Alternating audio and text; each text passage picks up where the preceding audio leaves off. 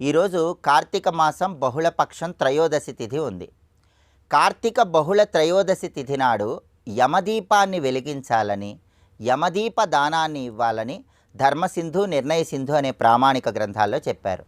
అలాగే కార్తీక బహుళ త్రయోదశి సందర్భంగా నవగ్రహాలను పూజించాలని తిథితత్వం అనే ప్రామాణిక గ్రంథంలో చెప్పారు.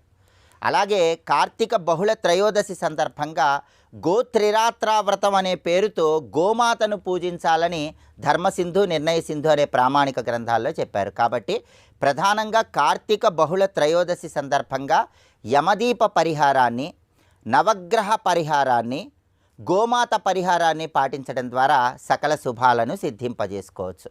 ప్రధానంగా అపమృత్యు దోష తీవ్రతను తగ్గింపజేసుకోవటానికి, దీర్ఘాయుర్దాయాన్ని సిద్ధింపజేసుకోవటానికి ఈరోజు గృహంలో యమదీపాన్ని వెలిగించాలి.